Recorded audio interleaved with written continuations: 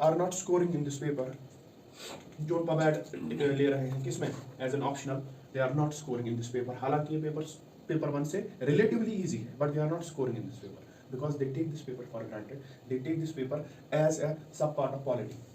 ठीक है, जो आप पॉलिटी पढ़ोगे जीएस में, हाँ तो पॉलिटी पढ़ी है, इस पेपर को कर लेंगे, ऐसा बिल्कुल भी नहीं है। दिस इज समथिंग डिफरेंट है, वही सारे नेम सेम है, आपको यूनियन गवर्नमेंट पढ़ना है, लोकल गवर्नमेंट पढ़ना है, सब कुछ पढ़ना है same, the analysis part is different. ठीक है, what is the main crux in this syllabus is it's dynamism. ये होता क्या है, dynamism is inter relation with in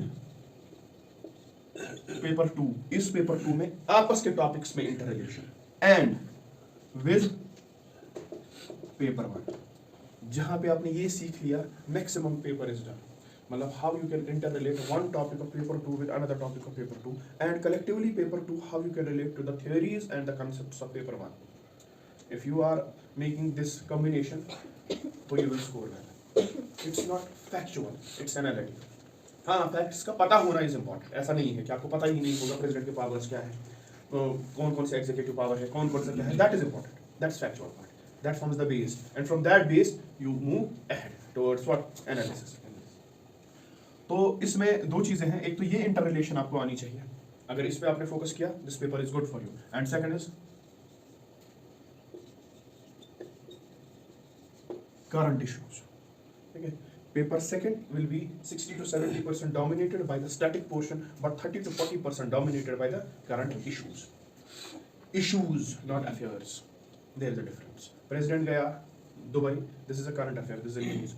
वहाँ पे करने क्या गया, वहाँ पे कुछ COP फॉर एग्जाम्पल 28 की मीटिंग थी, जैसे प्राइम मिनिस्टर गए, वहाँ पे क्या एजेंडा सेट हुआ, उसकी इम्प्लीकेशंस इंडिया पे क्या है, उसका एडमिनिस्ट्रेटिव रोल क्या हो सकता है यहाँ के एडमिनिस्ट्रेटर्स का, that point of analysis. Not knowing only what was the agenda of COP28, A4, what was the theme, this is not required here. What they discussed there, what implications that would have on the global order, administrative system of India, political system of India, economic system of India, that interrelation.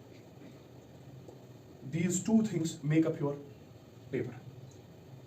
और बहुत ही easy paper है इस लिहाज से, it reduces your 50% burden with respect to general studies paper 2, GS paper 3।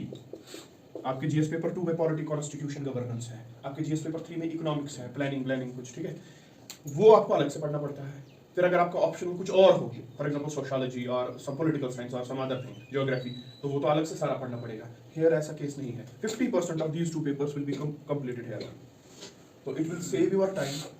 तभी public administration is a very good choice, it is overlapping with your general studies बहुत ही ज़्यादा, तो it will save your time here और it will help you revise. क्योंकि जब यहाँ पे इंसान इसको पढ़ेगा, अगर इसको इन डेप्थ नहीं पढ़ेगा क्योंकि हमने पहले ही पढ़ चुके हैं, लेकिन तब इसको टच तो करेगा, that it will have a very good impact on your understanding, कि रिविजन होगा, understanding.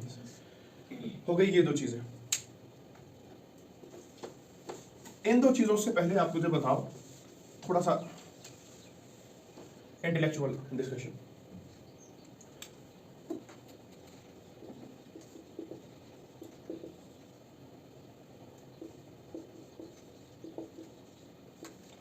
What is the difference between constitution and polity?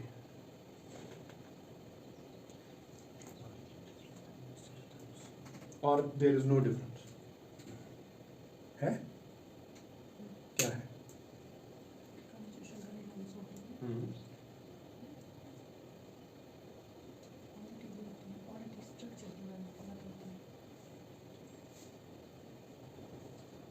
What is the difference between constitution and polity? Political science. हाँ.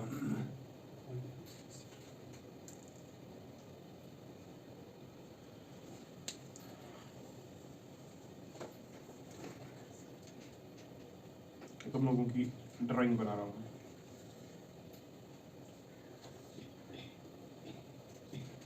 कौन है ये? आप में से कोई है? ठीक है? If this is a bird, understand that. If this is a bird,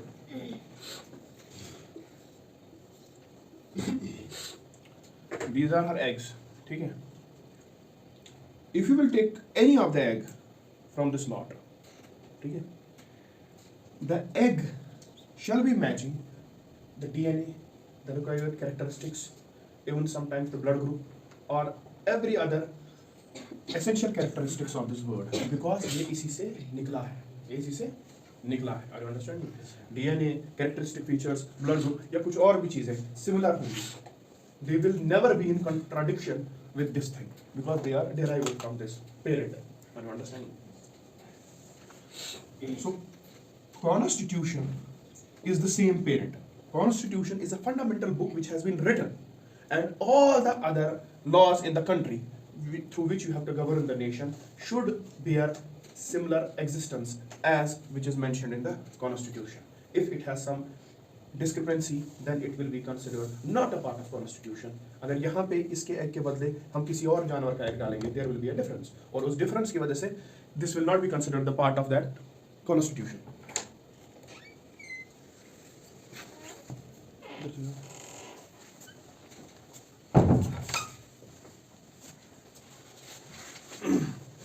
Being necessarily attached, being necessarily in sync with the Constitution is mandatory for any law to exist in that country. कोई भी country, वहाँ का जो भी Constitution होगा, necessary you have to be in line with that. It means it is something which is fundamental. This is a book which is fundamental for the governance, for the governing structure of the nation. It has the guidelines, it has the structure of government, how the government will function, it has your fundamental rights, it gives you some duties as well. Okay? It has some obligations on state as well. Everything is defined in this Constitution. And what is the basic purpose of Constitution? What is the primary purpose of Constitution? Constitutionalism.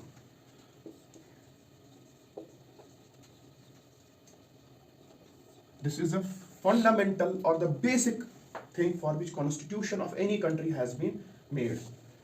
Constitution provides you rights? Yes. Constitution gives the conception of the government? Yes. Constitution provides the forms of election, whatever जो भी करना है? Yes. Type of government, federal होगी, unitary होगी, क्या होगा? Yes. But in सब में, what is the basic purpose of Constitution? हालांकि सारे सही हैं. The basic purpose अगर आपको कोई एक option चुनना हो, that is this, written on your board. Constitution primarily is because of this phenomenon, that is constitutionalism. That is restricting the power of the state. Constitutionalism restricting the power of the state, so that state cannot go arbitrary against its citizens. ठीक है? Be it the legislative organ, be it the executive organ, administrative organ, judicial organ, कोई भी organ. ठीक है? तो वो citizen के against ना जाए. That principle is constitutionalism. This is the fundamental principle of having any constitution anywhere in the world. उसके बाद उसके अपने फीचर्स है, वो अलग मसला है. ठीक है? तो constitution is a fundamental law of the land that governs the conception, formation, working of all the sections of the state, all the parameters of the state, be it executive, legislative, judiciary, everyone derives its powers from the constitution. Now what is polity? ठीक है? These parameters which are written in the constitution, when you put them into application, practicality में, when you put something into application, practicality में, that constitutes your polity. इधर लिखा है there should be a central government, there should be a state government, there should be a local government. ठीक है? Panchayat and municipalities ये है, ये लिख के है इधर. जो ही आप exactly इसको replicate करते हो on the ground, this is the political structure. The working of it is polity. Are you understanding? What is written here, when you apply it, the application part becomes the polity of that constitution. How it works, जैसे इधर लिखा है वैसे ही इसको डालना. लेकिन अब समझो इस बात को, स्टेट है, इसके पास कॉन्स्टिट्यूशन है, सिटीजन है, इनके पास भी सेम कॉन्स्टिट्यूशन है. इसमें जो लिखा है इस हिसाब को हम अप्लाई करते हैं, and that becomes polity. But who are the subjects? Those are involved, individuals, human beings. ठीक है? They are behaviouralists, they are behavioral beings. पता नहीं होता कब क्या होगा. Are you understanding? Whatever is written here, can you give me 100% guarantee that if you will apply it, it will yield the same result? No. Elections लिखा है, ठीक है? That Election Commission of India under Article 326, we have this universal adult franchise. Everybody will go above the age of 18, vote डालेगा. वहाँ पे गुंडे बैठे हैं, किसी को जाने नहीं देते, सिर्फ उसको जाने दे रहे हैं जो उस गुंडे के हाथ में वोट डालेगा, अदरवाइज किसी को जाने नहीं देंगे. This is the deviation from the required application which has been written. Are you understanding? This is basics. किताबों में ये कहीं नहीं मिलने वाला आपको. Definitions है, उनसे कुछ नहीं होता. Conceptual understanding लो. यहाँ पे something is written, and if you are exactly applying that thing on ground, that constitutes polity. But no one has a guarantee when you will apply exactly what is written in the constitution, it will yield the same result as conceived by the founding fathers of the constitution, as conceived by the state. ऐसा नहीं है. कुछ और external ecological factors will come into play that can change its notion, that can change its application, that can have consequences on its application. Are you understanding this? And anticipation of those deviations. दिमाग में रखना कि वो हो सकता है, हालांकि ये लिख के है, इसको अप्लाई करेंगे ये रिजल्ट निकलेगा, लेकिन ऐसा हमेशा नहीं होगा. Then beforehand you will anticipate something कि अगर हमने वैसा किया तो ये तो नॉर्मल रिजल्ट है, अगर ऐसा नहीं हुआ तो इसके पॉसिबल अल्टरनेटिव्स हो सकते हैं, ये होगा वो होगा वो होगा. उसको काउंटर कैसे करेंगे, उसको कैसे हम सही तरीके में लाएंगे. समझ आ रहा है मैं क्या बोल रहा हूँ? And that is governance.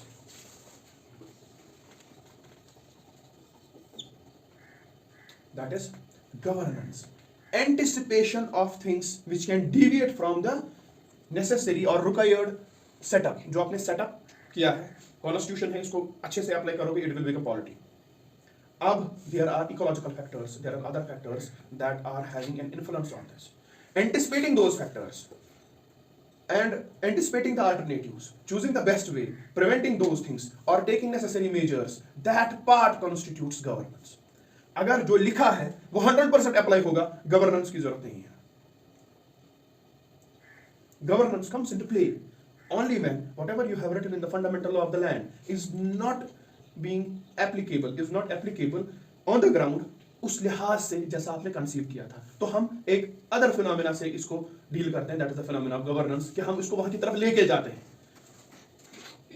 हमने बोला इलेक्शंस होंगे, वोट देने आएंगे, फेयर इलेक्शन होगा, जिसके हक में ज्यादा वोट आएंगे he will be declared winner, written here, applied here. ठीक है, बट एंटिसिपेशन है कि कुछ और हो सकता है. अब हम क्या कर रहे हैं? अब there are election observers, there are regional observers, there are district में आपके ये है रिटर्निंग ऑफिसर्स, पुलिस है, सीआरपीएफ है, सेंट्रल ये पैरामिलिट्री फोर्सेस है, ये आ रहे हैं. ये उस एंटिसिपेशन को दिमाग में रख के, ठीक है, उस चीज को ऐसा करना चाहते हैं जैसा कॉन्स्टिट्यूशन में लिख के है, जैसा ये नॉर्मली होगा. तो that part, that analysis part कि क्या करना चाहिए क्या नहीं करना चाहिए, कैसे इसको वैसे कराए हम कि ये कॉन्स्टिट्यूशन के साथ 100% इंटैक्ट रहे. Are you understand? That is the part of governance. Governance starts when polity is not a reflection of constitution. If polity is the exact reflection of the constitution, what is written, what is applied is same, then governance is not required. If polity is not the reflection of constitution, this comes into play. Are you understanding? ये और लिखेंगे हम इसको जब हम chapter 2 उठाएंगे इस paper में. तो first I am giving you a brief analysis about what is constitution, what is polity, and what is governance, and their interaction, their influence on each other, and the factors responsible for this, and the characteristic features of this is the whole crux of paper 2. Whatever you have to study is the interaction of these three things. What influences them, what are the consequences, what are the features.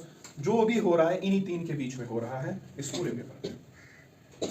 ठीक है, either it is the fundamentals enshrined in the constitution, either it is what will be the exact application, or if there is some sort of deviation, what will you do.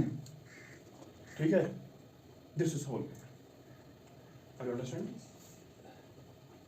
Have your concepts clear. Otherwise you will write on Google what is constitution, polity या governance, या what is the difference between three. अभी निकलेगा इतना बड़ा chart, उससे कुछ नहीं होता. ठीक है ना? Conceptual clarity plays a key role.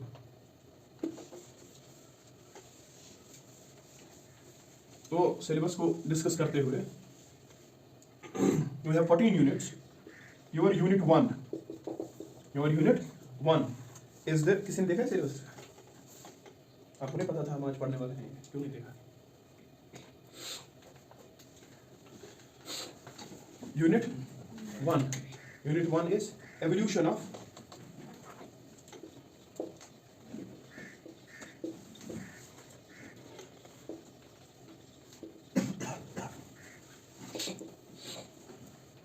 Indian administration.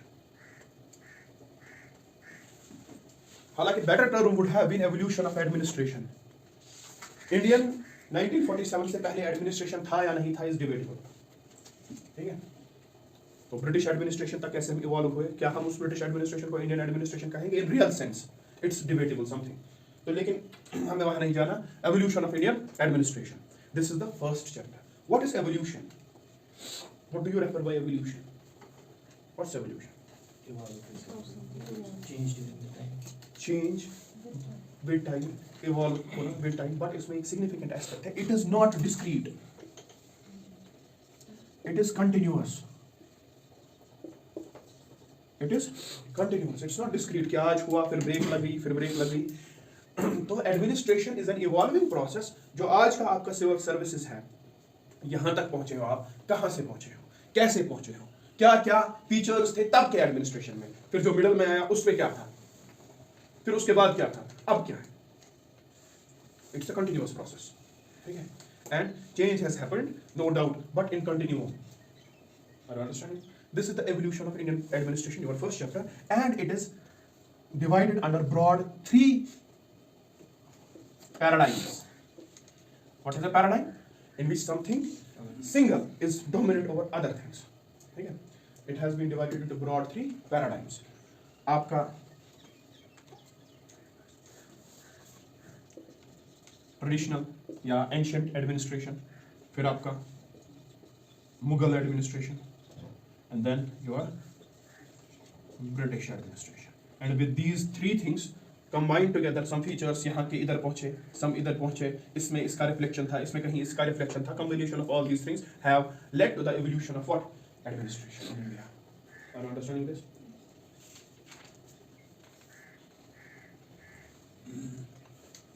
We are not studying anything, और आज हम कुछ पढ़ भी नहीं पाएंगे, just it will be what? The analysis of syllabus.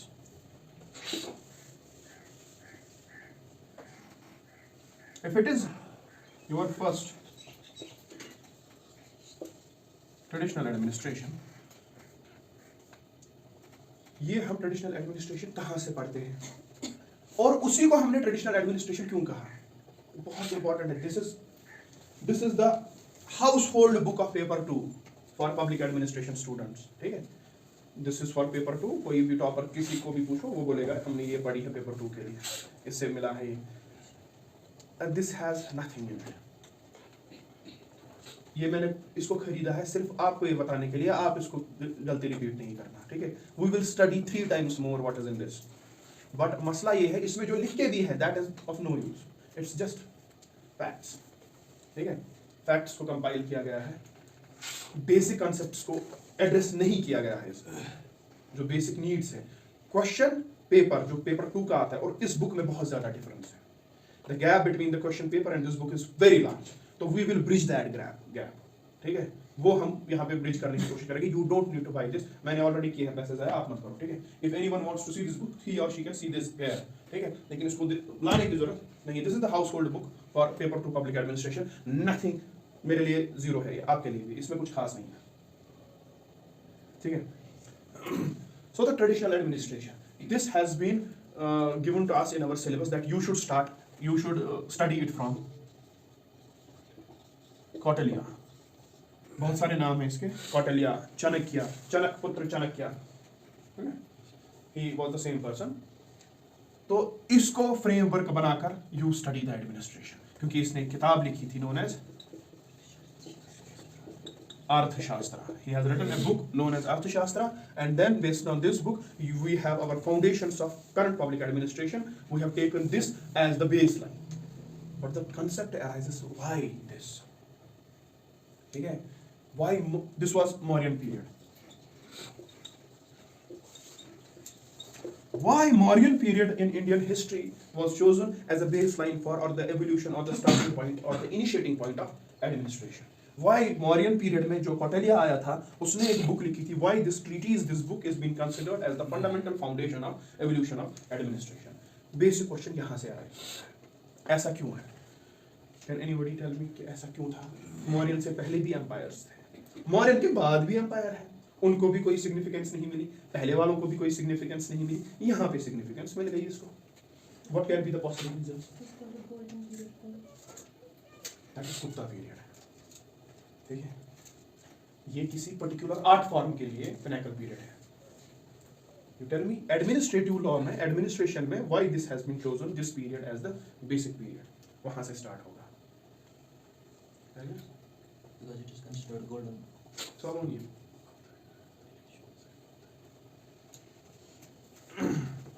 If art forms are evolving, if architecture is evolving, it doesn't necessarily means that you can take administration from that period. Administration we are taking from this period. What is the basis for that? Question ये है, ठीक है? The answer lies. Why Mauryan period? The answer lies that this was the first time where the conception of the state, was taken to be welfaric in nature. ठीक है? This is nowhere written in your books. कहीं नहीं है इधर. ठीक है? The conception of the state was taken as what? It will be welfaric. ये dictatorship नहीं होगा. हाँ, हालांकि welfare will be the prime motive. होगा ये ट्रेडिशनल क्लासिकल वे से ही run state, but what will be the motive? अगर वेलफेयर मोटिव है किनका? लोगों का, then this has a great implication today with respect to Indian Constitution, because Indian Constitution has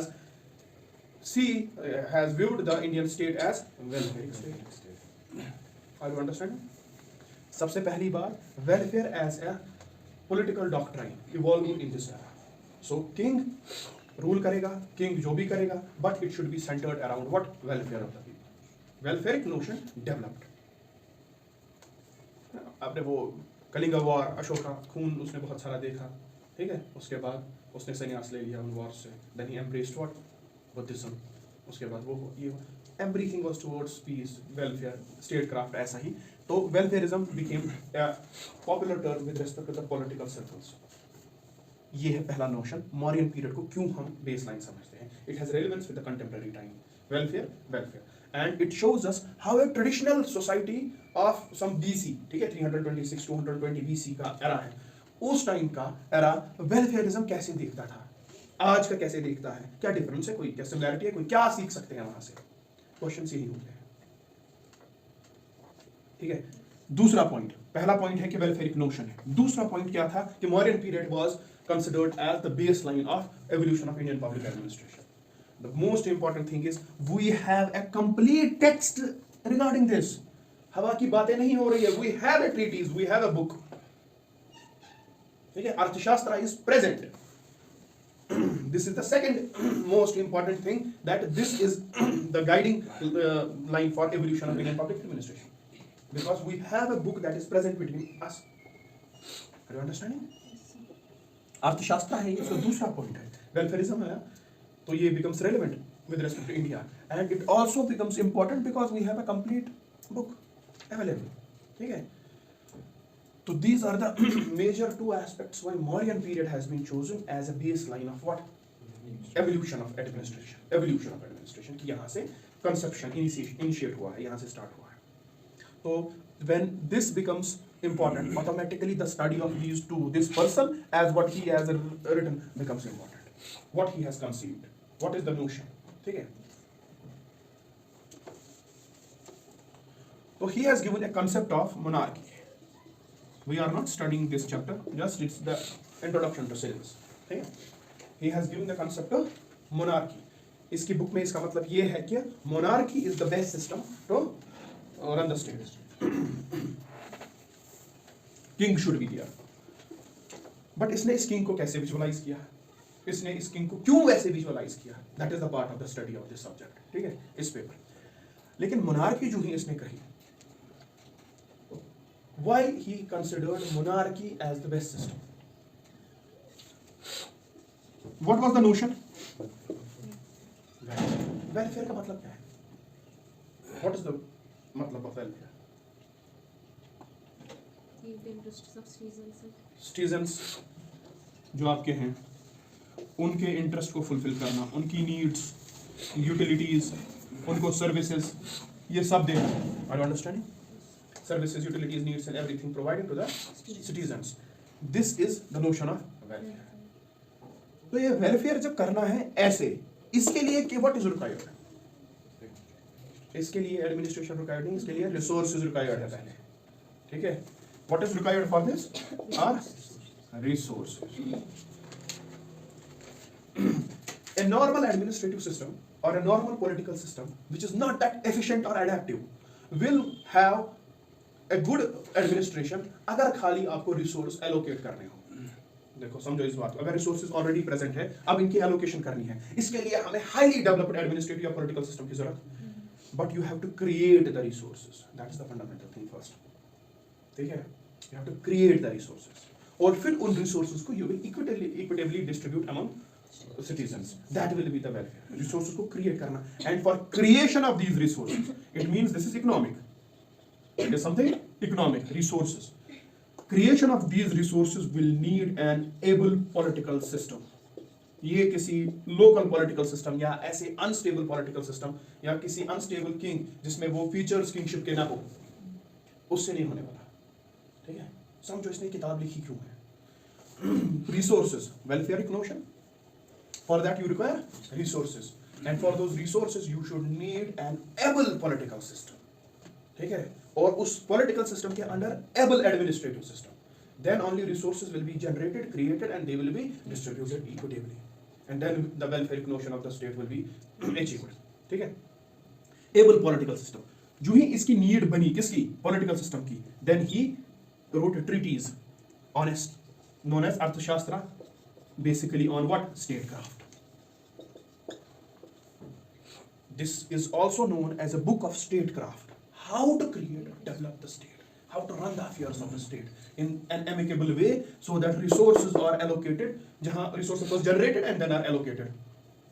Are you understanding? It means that the statecraft is, as per Kautilya, the alliance of economic plus political considerations. In order to fulfill this consideration, you need this which should be strong. It is the alliance of economics and politics. It's also known as political economy. Political economy. ये word इतना ज़्यादा famous नहीं था, but Amartya Sen, ठीक है, he has made this word famous. He has repeatedly used this word while referring to some things. वो देखेंगे आगे. Political economy. तो आपका पहला क्वेश्चन इससे ऐसे ही बन सकता है that Kautilya's Arthashastra is a treatise or book of political economy. Elucidate, elaborate, or whatever.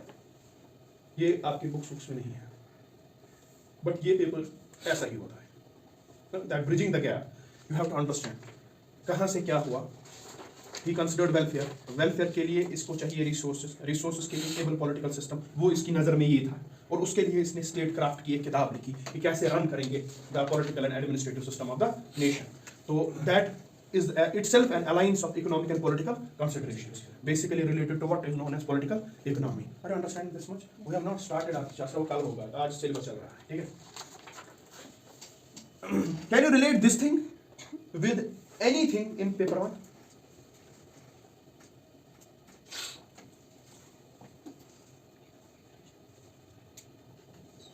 इसको पेपर 1 में किसी चीज के साथ रिलेट कर सकते हो आप?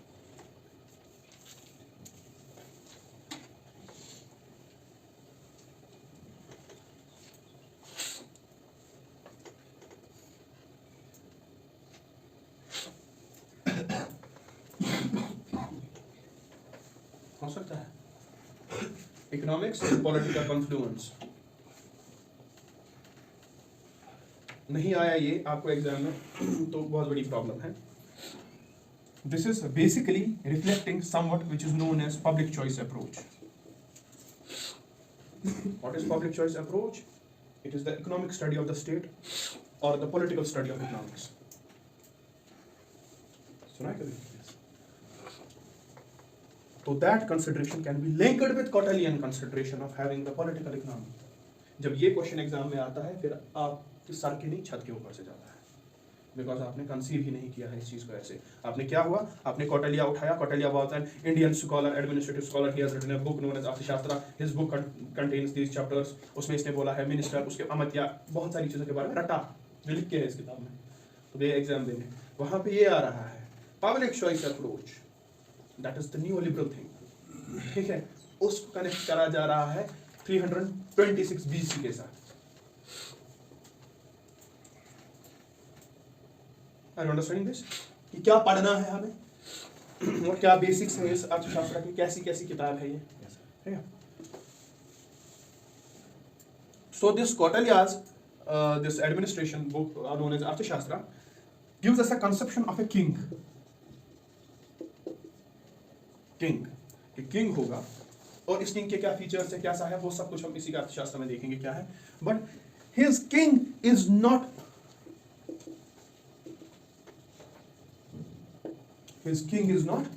absolute. Kautilya का king absolute नहीं है. Political science वालों, can you tell me what will be the difference between Kautilyan king and the philosopher king of? किसने बोला था philosopher king? मैकियावेली ने philosopher king बोला था.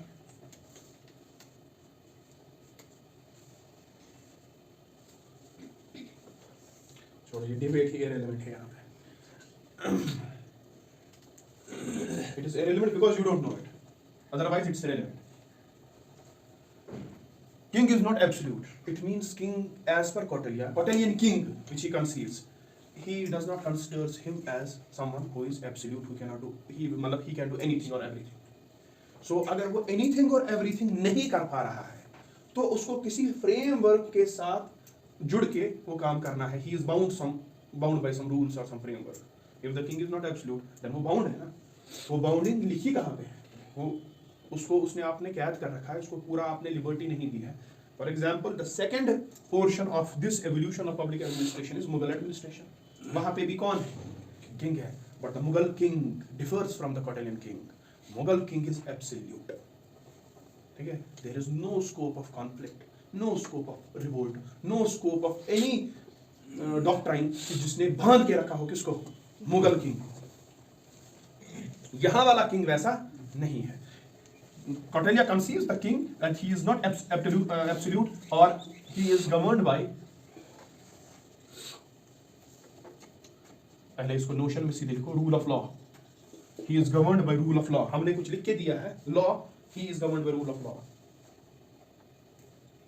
He is governed by rule of law. Long before A.V. Days he said something about rule of law. 2000 साल पहले. ठीक है? Kautilya has conceived something known as rule of law by which the king is bound. इसको इसी के accordingly act करना है. धर्म, उसको धर्म फॉलो करना है. एंड धर्म अगर इसने फॉलो नहीं किया, see his book teaches you how to do violence and gives moral justification of violence as well. बोल रहा है अगर आपका किंग धर्म फॉलो नहीं कर रहा है, then the successor in line, the prince, ठीक है, युवराज, जिसको अब क्या बनना है? महाराज. He should murder him, despite हो, बाप हो, इसका बेटा हो, जो भी हो, कोई फर्क नहीं पड़ता अगर ये धर्म के हिसाब से नहीं. अगर ये किंग और इसका सक्सेसर भी और मंत्रिमंडल जो मिनिस्टर्स थे सारे, वो सारे धर्म को फॉलो नहीं कर रहे, then people should resort to revolt and they should kill them, hang them, चढ़ाए. And he gives the moral justification. It is necessary for the upliftment, betterment of the state, sovereignty of the state. वो सारा same is reflected when an this armored force is used by the state nowadays. What is the justification for that? Political sovereignty, integrity of the nation. Same thing, something similar. It becomes relevant. Kautilya's book becomes relevant even today with respect to if the violence is being legitimized. उस aspect में. So his king is not absolute. He should follow dharma, rule of law. If he is not following, then the scope of violence is itself written in the book.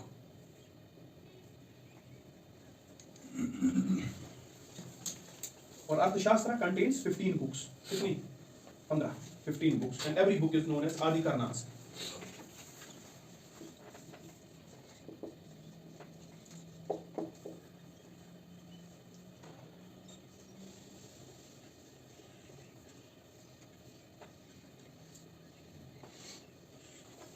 Every book is known as Adikarna, or every book has multiple chapters. One book on statecraft, the compilation, total, everything is known as Arthashastra. और Arthashastra के अंदर you have 15 books, which is what having different chapters in itself. और हर एक chapter के last में he has written a shloka. जैसे chapter खत्म हुआ, लास्ट में पोइट्री के शेप में एक श्लोका लिखा है, जिसमें आपको इस चैप्टर का एसेंस पता चलेगा कि ये इन शॉर्ट ये चैप्टर बोल क्या रहा है. इससे हमें इसकी राइटिंग स्किल्स और इसका दिमाग भी पता चलता है किस ओरिएंटेशन का इंसान है।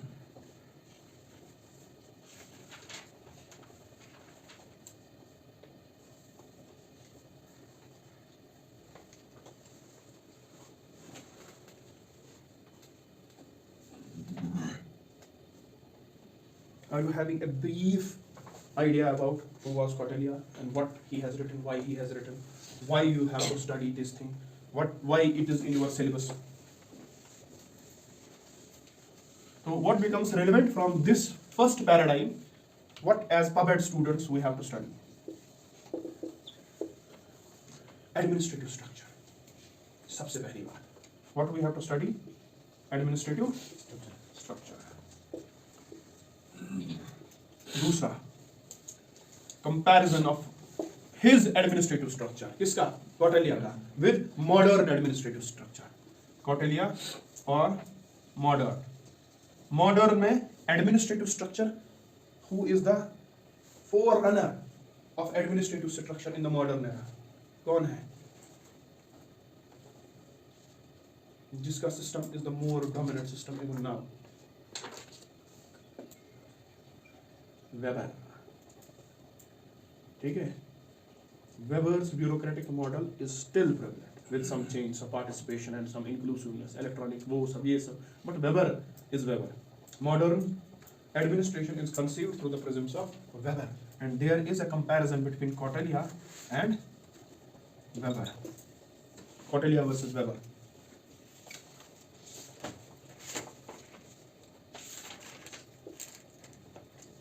If we can innovate हम अपनी तरफ से. Kautilya was a great Indian scholar. ठीक है. इसी के हिसाब का one of the great Western scholar. जैसे इसने किसी बैकग्राउंड के अंदर अपनी थ्योरी लिखी है ना, सॉरी अपनी बुक लिखी है, उसने भी किसी पर्टिकुलर बैकग्राउंड के अंदर कुछ कहा है, and there is lot of resemblance and there is lot of dominance of both of them. ठीक है. तो he is Machiavelli.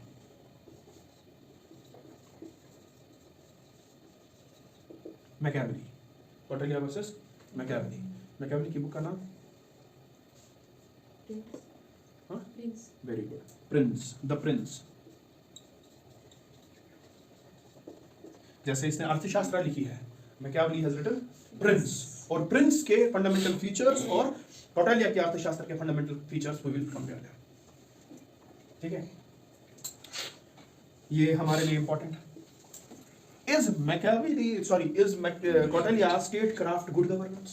Or there are aspects of good governance? अगर है कोई aspect of good governance Kautilya के अर्थशास्त्र में, are they relevant or are they similar with the current concept of good governance? That is another aspect we will study. Are you understand? Good governance वाला.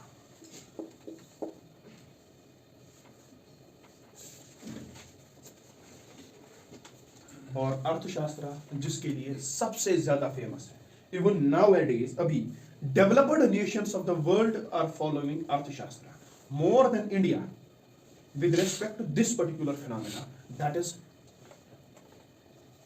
Foreign affairs.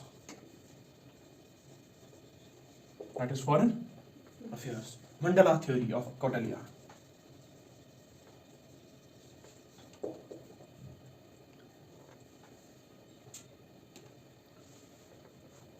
Israel is extensively using what? This Arthashastra of Kautilya for its foreign affairs, foreign policy. Extensively, more than India. Why? We will learn it. ऐसा क्या है इधर? तो ऐसा क्यों it is fitting the national interest or political objectives of Israel? ठीक है? क्योंकि अभी यूज हो रहा है contemporary में, time में. और the last will be what? Relevance of, सारे को कंबाइन करके, relevance of अर्थशास्त्र in contemporary times. Relevance of अर्थशास्त्र in contemporary times.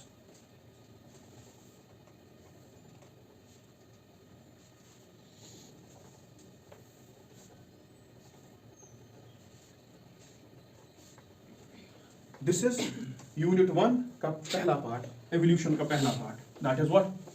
The Arthashastra या traditional Kautilyan administrative system. Second will be Mughal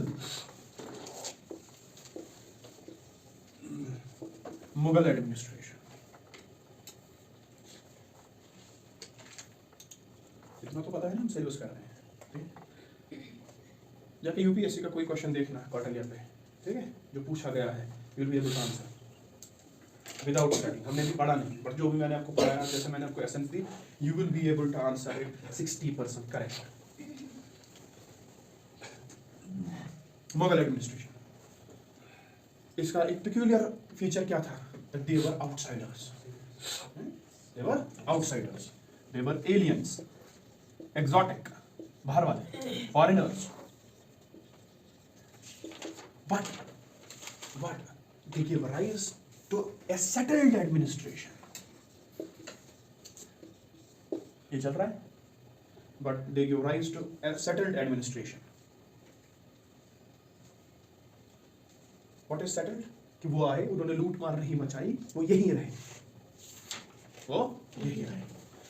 जो ही वो यहाँ रहे, उनका अपना कुछ इकोलॉजिकल बैकग्राउंड था, इंडिया का कुछ अपना इकोलॉजिकल बैकग्राउंड है, ठीक है? So they came with their culture.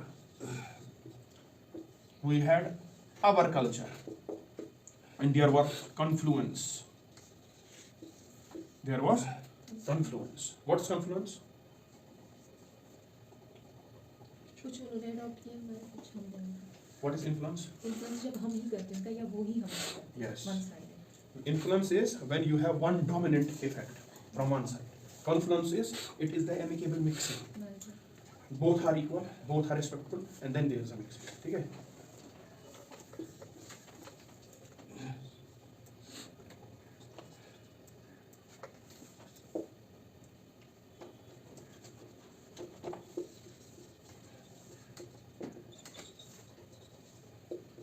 Synchronization of efforts was from both the sides with respect to the confluence, and it has resulted into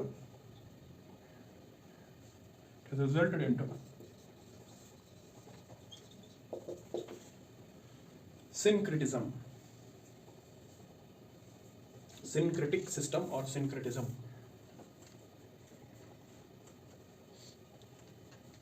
उसका क्या मतलब है? उसका मतलब ये है कि आपको आउटसाइडर चीज आउटसाइडर दिखती ही नहीं है। This is the part and parcel of your what, your own culture. Take the example of Kashmir, you are eating kebabs, वो टर्किश है, but you can not conceive the culture of Kashmir without that.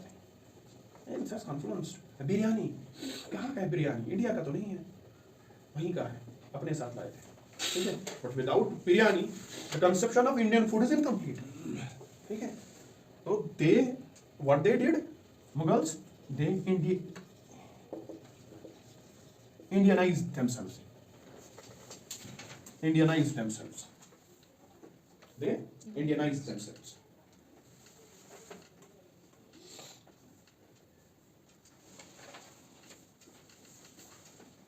तो इसी का हमको पढ़ना है कि इन्होंने एडमिनिस्ट्रेशन कैसा लाया है यहाँ पे।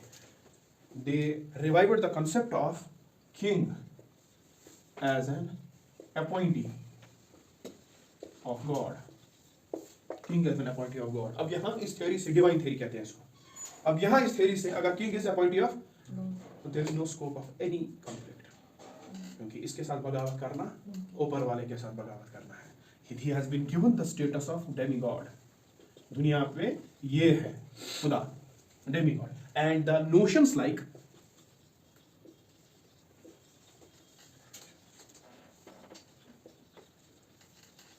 notions like these emerged. इससे पहले नहीं थे। Emperors, शहंशाह, बादशाह, these notions have been emerged. Why? Because they considered king as this thing, and the king was absolute. There was no scope of what? Conflict or revolt. तो उसको brutally crush किया जाता अगर ऐसा होता कुछ। But Cotilian king was not absolute. Cotilian king was bound by dharma. ठीक है? और अगर धर्मा के साथ हिसाब से नहीं चलेगा तो इजाजत है उस बुक में, स्टेट क्राफ्ट की ही बुक में लिखा है कि दैट यू कैन मर्डर है। यहाँ ऐसा कुछ भी नहीं है।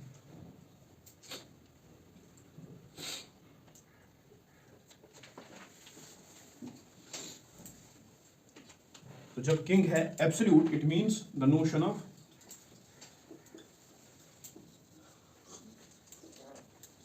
Despotism, centralised despotism. हम आपको कुछ बोलने नहीं देंगे सेंट्रल अथॉरिटी के खिलाफ, ठीक है? The notion of administration is like that. It will be having welfare as one of its characters, no doubt, one of its characters, but not the primary character. It will have welfare as one of its characters, the administration, but not primary character. When the administration has not welfare as its primary character, it will be what? Militarized in its behavior. ठीक है, police notion इसकी behaviour में होगा, because welfare primary concern है, welfare क्या है लेकिन primary concern नहीं है. What is the primary concern of Kautilyan king? That is welfare.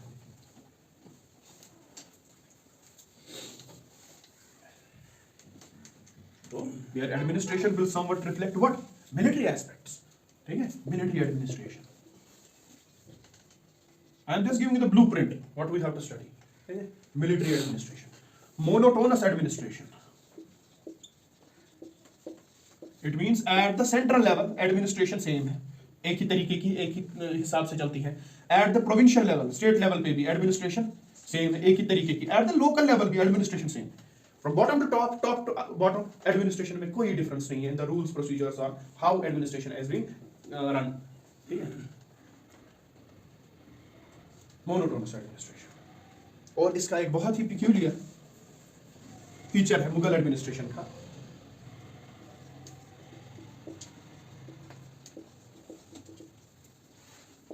Isolation of villages. They did not conceive any plan or any policy of integrating village into main city. They left the village as it is.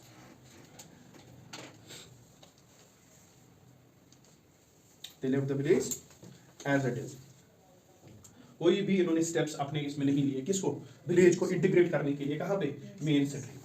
So this administration reflects a perspective of urbanism. They were more focused towards what? Urban areas, urbanism. Urban administration की notion है Mughal administration में. The notion of ये urban administration can be seen and the isolation of village was there. However, this thing is debatable. कि इन्होंने ये सोचा कि villages को ऐसे ही छोड़ दो कि हमारे काम के लोग नहीं हैं, या इन्होंने दूसरे तरीके से सोचा. ठीक है, the debate is there. और पहला तो यही है कि they are not welfare in their approach. तो इन्होंने सोचा कि यहाँ से अनपढ़ लोग हैं, हमारे काम में भी, प्रोडक्टिविटी में भी काम नहीं होगा, तो इनको ऐसे ही रहने दो, जो करने करने दो. This is one notion, but the dominant notion is something else. Historians say that there was a conception of self-sufficient village due to best agricultural practices, and Mughals don't want to disturb this. Urban area में कुछ नहीं था self sufficiency जैसा. Administration interfered welfareism के नाम पे और उनको provide कर दी चीजें. इधर जरूरत नहीं था. One of the reason is given that they left the villages as it is. The isolation of villages was done because the concept was villages are what? Self sufficient. They can feed themselves. No need of interference. No need of them to be integrated into the main city. Are you understanding? दूसरा था, ये बहुत ही peculiar चीज है, बहुत ही जबरदस्त चीज. Second was caste system. Caste system है. पहला था एग्रीकल्चर, दूसरा था कास्ट सिस्टम. इन दोनों ने विलेज को सेल्फ सफिशिएंट बनाया. एग्रीकल्चर का तो समझ में आ रहा है, कास्ट सिस्टम का कैसे? How caste system has turned village into what? Self sufficient villages, self sufficient entities. Because what is the basis of caste system? The basis of caste system is division of labour. ठीक है, कौन सा काम कौन सा group करेगा, कौन सी कास्ट करेगा. When there is defined division of labour, सबको पता था हमको क्या काम करना है, और ऑर्गेनाइजेशन सोसाइटी का काम बहुत ही बेस्ट तरीके से होता था. Everyone knows his roles and responsibilities within the organisation. Caste system was attributed to self sufficiency of the villages because यहाँ पे आइडियोलॉजिकल मिक्सिंग नहीं थी, कुछ भी नहीं था. There was a rigid caste system. ये इसका पॉजिटिव पॉइंट है. अदरवाइज कास्ट सिस्टम का हमें ऐसे कोई नेगेटिव पॉइंट, मतलब पॉजिटिव पॉइंट उतना नहीं दिखता. But here it led to what? The self-sufficiency of the village because the rules were defined. Agriculture and caste system played an important role for self-sufficiency of village, and Mughals understood that there is no need for us to interfere in the administration of villages, so they left the villages as it is. Isolation of villages, one of the aspects of Mughal administration. Are you understanding? What we have to study, we are not studying anything. What we have to study. Okay? उसके बाद obviously Mughals started what? Declining. किसकी? कब से? After the death of Aurangzeb in 1707. उसके बाद rest of the history you know. ठीक है? Now comes what? British administration.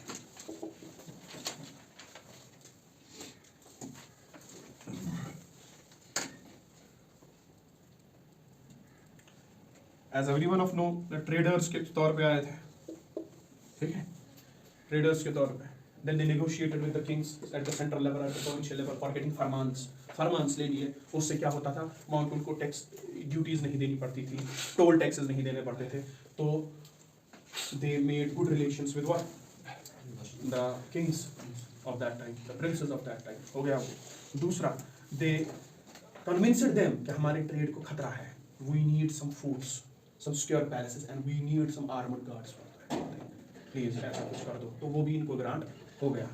और उसी हिसाब से दे बेनिफिटेड फ्रॉम द ट्रेड. समझो, ये ट्रेडर्स थे, नॉट प्रोड्यूसर्स. मतलब ये कुछ नहीं थे, ये स्टॉकिस्ट थे. ना ये प्रोड्यूस कर रहे हैं, कुछ नहीं कर रहे. वहां की चीज यहाँ ला, यहाँ की चीज कहाँ लेके जा रहे हैं. They were traders, and traders are controlling Indian subcontinent. फिर कुछ 50 साल 100 साल बाद. ठीक है, ट्रेडर्स. अगर प्रोड्यूसिंग यूनिट होता, मैन्युफैक्चरर्स होते, हम समझ लेते, फिर भी पावरफुल थे. ट्रेडर्स, यहाँ से चीज दी, वहां से उसको बेची, बीच में प्रॉफिट कमा लिया. और ये लोग हिंदुस्तान पे 250 साल फिर क्या करते हैं, हुकूमत. तो वो क्या मसले हैं, वो मसले आपके मॉडर्न इंडियन हिस्ट्री के हैं. लेकिन यहाँ पे क्या मसला है, यहाँ पे ब्रिटिश एडमिनिस्ट्रेशन का मसला है कि how they administered. And this also we have done in modern Indian history, but here we will repeat it for the sake of understanding. कहाँ से ब्रिटिश की एडमिनिस्ट्रेशन की बुनियाद स्टार्ट होती है? वो तो है ही फॉर्मल. सॉरी, मराठा एंड होते हैं. Charter Act of 1773 I guess. Regulating act कहते हैं उसको, चार्टर एक्ट नहीं कहते. ठीक है, that is regulating act of 1773 is the basis of formal administration from British side. इससे पहले बहुत सारी चीजें हुई हैं. बैटल ऑफ प्लासी हैपेंड, ठीक है, उसके बाद बैटल ऑफ बॉक्सर हैपेंड 57 और 64 में. ठीक है, when boxer happened, what was the main difference, which मतलब differentiated this battle? It was a watershed movement, battle of Boxer. They got Nizamat as well as Deewani rights. ठीक है, दीवानी rights जो उनको मिले, the dual administration system started. The territorial law and order, everything was with the control of Indians, and the revenues were in the control of British. Then they had authority without responsibility, and they had responsibility without authority, Indian side. तो यहाँ से इसकी बुनियाद start हुई. लेकिन formalise कब से हुआ? ये फॉर्मलाइज हुआ रेगुलेटिंग एक्ट ऑफ 1773. ये हम पढ़ भी चुके हैं सारा एक्ट. ठीक है, इसके सारे एडमिनिस्ट्रेटिव एक्ट्स पढ़ चुके हैं. इसको फिर से हम थोड़ा रिकैलकुलेट करेंगे यहाँ पे. Regulating act of 1773, Pitt's act of 1784. ठीक है, चार्टर एक्ट्स हमारे सारे. हमारे पास इधर एडमिनिस्ट्रेटिव रिफॉर्म्स में Northcote Trevelyan report, we have Macaulay report. ठीक है, उसने रिफॉर्म्स लाए थे, वो वाली चीजें. लोकल एडमिनिस्ट्रेशन में इन्होंने क्या किया था, रिपन और मेयो.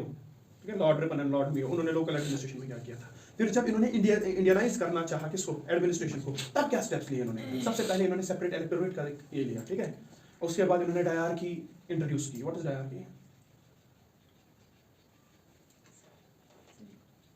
तो क्या dyarchy?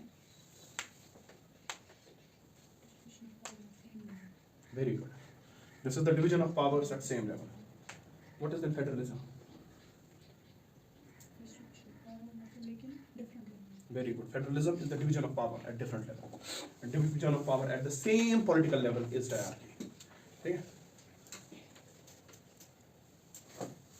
So all of these things we will see. हालांकि सारा कुछ पढ़ा है, इसको ऊपर से we will see कि ब्रिटिश एडमिनिस्ट्रेशन में क्या हुआ है. And from that इसका इन्फ्लुएंस, मुगल का इन्फ्लुएंस, ट्रेडिशनल का इन्फ्लुएंस आज की करंट एडमिनिस्ट्रेशन पे भी है. And this is your first chapter of evolving what, administration, evolution of administration. What all we are going to study in this first chapter. And the second chapter से start होगा आपका basis, constitution, constitutional values. ठीक है, union executive, state administration, local administration, financial accountability, वो सारी चीजें इसके साथ चलेंगी. And this is the overall crux of this paper which we have to study. And जो दूसरे चैप्टर से स्टार्ट होगा, मतलब constitution, constitutional values, everything is related और everything is repeated in your polity.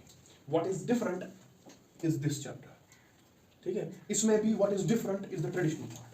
Mughal वाला भी मिडीवल में आप देख लोगे कहीं ना कहीं, मिडीवल हिस्ट्री में. ब्रिटिश वाला तो सारा का सारा मॉडर्न में. ठीक है, but what is different only with respect to what you will not study elsewhere is what, cotton. ठीक है, तो वो आपको बहुत अच्छे से पढ़ना है, क्योंकि उसके बाद जो आ रहा है that will be somehow related, repeated or overlapped with, ये आप सुनते जाओगे पूरा एक साल के वैसा है वैसा है वैसा है, and it will be kept into your mind। जैसे आपके जुबान पे अब आ गया, इतनी बार हमने डिस्कस किया what is the primary purpose of the constitution, that is constitutionalism, ये आपके दिमाग में छप गया है, इतनी बार हमने इसको डिस्कस किया। सेम पहले चैप्टर के बाद जितना भी होगा वो पॉलिटी में फिर से रिपीट होगा, वो इकोनॉमी के किसी पोर्शन में फिर से रिपीट होगा, ठीक है, वो आप और सुनोगे, लेकिन कौटिल्य को और आप सुनने नहीं जाओगे, ठीक है। And what is now difference, यहाँ पे आपने इसको पढ़ा, इसको आप एनालाइज ऐसे करना है, how you will link it with paper 1, कहाँ पे एनपीएम आएगा, कहाँ पे एनपीए आएगा, पब्लिक चॉइस आएगी, कहाँ पे टेलर का, वेबर का, फ्यूल का प्रिंसिपल आएगा, किसके साथ रिलेट होगा, कहाँ पे पार्टिसिपेटिव मैनेजमेंट इंक्लूड होगी, लिकर्ट के साथ कहाँ पे ये लिंक हो सकता है, these things will add value to your answer, और वही है डिमांड ऑफ योर पेपर 2। और पेपर 2 में इतना सब कुछ करने के बाद अब इसका एक चीट कोड है, ठीक है, ये होगी कॉन्सेप्चुअल अंडरस्टैंडिंग। इसका चीट कोड है कि ये पेपर हेवीली होता है 60% तक from second ARC, administrative reforms commission, that is the report second ARC, और उसमें से कॉन्सेप्ट्स, हालांकि वो कॉन्सेप्ट आपके सिलेबस के स्टैटिक के साथ मैच होते हैं, लेकिन the nature of question answer यहां से हो सकता है, आपकी किताबी नॉलेज से नहीं। That is the cheat code for this. मगर अब बोलेंगे सर वही पढ़ेंगे डायरेक्ट, ये नहीं पढ़ेंगे, तो पॉलिटी का क्या करोगे, हो गई ना, ठीक है। तो पॉलिटी ARC से नहीं आती, पॉलिटी ही है, वो इधर से ही आती है, ठीक है। तो you have to understand this thing, and most importantly we will study, इसमें भी इंपॉर्टेंट एस्पेक्ट्स जो है, और second ARC form the foundation of your paper in terms of understanding, और बुक के नाम पे ये है इसकी बुक रेलेवेंट मेरे हिसाब से, ठीक है। This is all about your what paper 2।